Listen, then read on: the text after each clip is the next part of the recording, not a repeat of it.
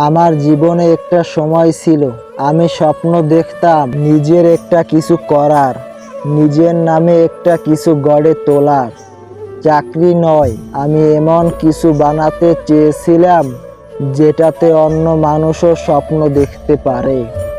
আমি শুরু করছিলাম পকেটের সবটুকু টাকা, আত্মীয় বন্ধুর দ্বার, ঘুমহীন অনেক রাত আর অজানা এক জেদ নিয়ে।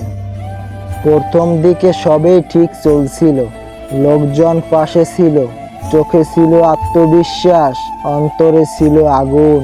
কিন্তু ধীরে ধীরে ঝড় এলো, বাজার পড়ে গেল, লোকসান বাড়তে লাগলো, আমার ক্লায়েন্ট সব কমে গেল, সাপোর্ট বন্ধ হয়ে গেল। যখন আমি বুঝলাম আমি সব হারাচ্ছি, তখনও নিজেকে বুঝিয়েছিলাম, না, আমি পারবো, আমি লড়বো। কিন্তু কিছু লড়াই হয়তো একা লড়া যায় না। এক সময় বুঝলাম আমার ব্যবসাটা আর টিকবে না। দোকান বন্ধ, অফিস খালি, হিসাবের খাতা লাল রঙে ভরা। আমি চুপ করে সব গুটিয়ে ফেললাম। লোকজন হাসলো, কেউ কেউ বলল, আগেই বলছিলাম এসব তোর কাজ না। কিন্তু ওরা কি জানে আমি শুধু এক ব্যবসায় হারাইনি, আমি হারিয়েছি আমার সব আশা, আমার সব পরিচয়, আমার ঘুমহীন রাতগুলো। সব থেকে বেশি কষ্টটা লাগে যখন যারা এক সময় পাশে ছিল তারা হঠাৎ করে অচেনা হয়ে যায়। তাদের ফোন আর বাজে না, বন্ধুরা আর দেখা করতে চায় না, পরিবারের কেউ কেউ মুখে হাসে, মনে সন্দেহ রাখে। আমি ভেঙে পড়ছি, হ্যাঁ সত্যি, আমি একা কেঁদেছি রাতের পর রাত। তবুও একটা কথা বারবার বলছি নিজেকে, তুই শেষ না, তুই বিরতি।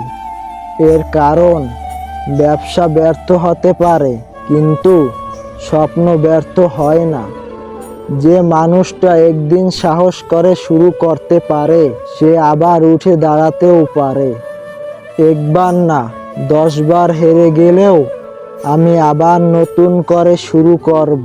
কারণ আমি এখন জানি কিভাবে পড়ে যেতে হয়, আর তার চেয়ে ভালো জানি কিভাবে উঠে দাঁড়াতে হয়।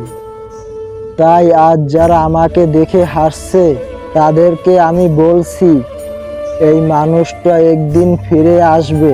তুমি বিশ্বাস না করলেও সমস্যা নাই, আমি নিজেকে বিশ্বাস করি।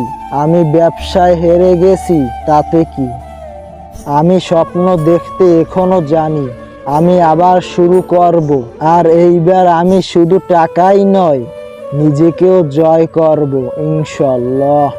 ভিডিওটি ভালো লাগলে একটি লাইক দিয়ে চ্যানেলটি সাবস্ক্রাইব করে রাখুন। আর যারা ফেসবুক থেকে দেখছেন তারা ফলো করে রাখুন।